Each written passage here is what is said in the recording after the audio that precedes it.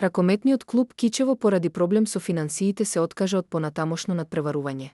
Тоа значи дека првата ракометна лига останува без уште една екипа и се покажа дека финансиите се најголем број за помалите клубови, особено за тие кои се надпреваруваат во првата лига. Со јасна цел и визија, со свежи идеи и мисли се формираше новиот женски ракометен клуб Атлетик, кој од следната сезона ќе се надпреварува во домашниот шампионат. Некогашните вардарки повторно заедно се работи за исклучително амбициозен и сериозен проект, клуб кој ќе биде вистински освежување во женскиот ракомет и ќе има значајна улога во развојот на женскиот ракомет. Тетекс прекинатиот надпревар со влазерими го доби со службен резултат од 3:0 и со тоа тимот од Тетово добива службени 3 бодови, останува осамен на врвот од табелата во трета лига, запад на патот кон баражот за втора лига.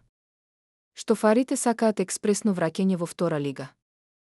Српскиот ракометен стратег Борис Роевик од Летово го презема ракометниот клуб Охрид, а денес беше представен во градот покрај езерото.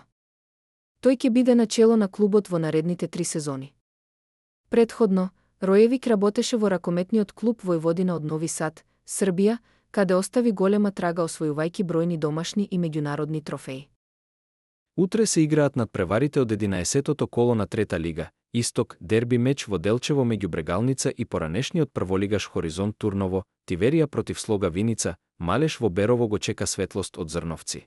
Овче поле како фаворит ќе се соочи со Ударник, Карбинци против Дојранско езеро. Познати се и судиите кои ќе ја делат правдата. Делегирањето можете да го погледнете на нашиот портал Спортска мрежа. Гледавте една минута спортски вести на Спортска мрежа.